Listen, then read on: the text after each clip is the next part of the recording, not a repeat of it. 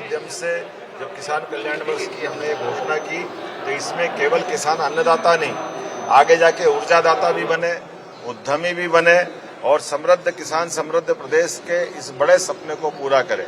इस दिशा में हम लगातार आगे बढ़ रहे हैं। इसलिए मध्य प्रदेश के अंदर देश का खाद्य भंडार बनाने के लिए वैश्विक एग्रो एक्सपर्ट के रूप में मध्य प्रदेश को जाना जाए, इस पे हम काम कर रहे हैं। और इसी सिलसिले में जब हमने भावांतर योजना सोयाबीन में सफलता के साथ लागू की, ऐसे में आज वर्तमान के समय में इस फसल के साथ हमारी सरसों के रकबों में पूर्व की तुलना में, क्योंकि सिंचाई का रकबा हमारा बड़ा है, एरिगेटेड एरिया नदी जोड़ो अभियान से लेकर नर्मदा के नदी के साथ साथ बिजली की उपलब्धता और पानी की उपलब्धता होने के कारण से वर्तमान में एग्रीकल्चर का सिंचाई रकबा 28% बढ़ा है सरसों को लेकर के।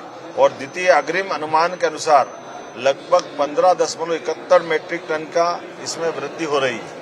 हम इस तरह से इस सरसों के उत्पादन को भी प्रोत्साहन देने की नीति पे काम कर रहे हैं। यही कारण है कि वर्तमान में अभी सरसों के भाव 5500 से लेकर के 6000 तक है, कई बार इसके रेट और गिर जाते हैं। ऐसे में हमारी माननीय मोदी जी के माध्यम से भारत सरकार की एमएसपी 6200 रुपये प्रति क्विंटल की है और इस आधार पर हमारे किसानों को उनकी एमएसपी का दाम मिलना ही चाहिए, इसलिए हम काम कर रहे हैं। इसलिए उनकी उपज के उचित मूल्य दिलाने के लिए प्रावधान और पात्रता के अनुसार भावांतर योजना के बलबूते पर हम पंजीयन करना प्रारंभ कर रहे हैं और एफएक्यू के आधार पर न्यूनतम समर्थन मूल्य किसानों को मिले, इसलिए हमने इस योजना पे काम करना प्रारंभ किया है। और इसी आधार पर आगे जाकर के ये तिलहन का रकबा भी हमारे प्रदेश में बढ़े, इस पे हम काम कर रहे हैं। जब आज राज्य की औसत उत्पादकता की तरफ देखें तो हमने उसकी पात्रता अनुसार उसके भुगतान की सारी योजना बनाई।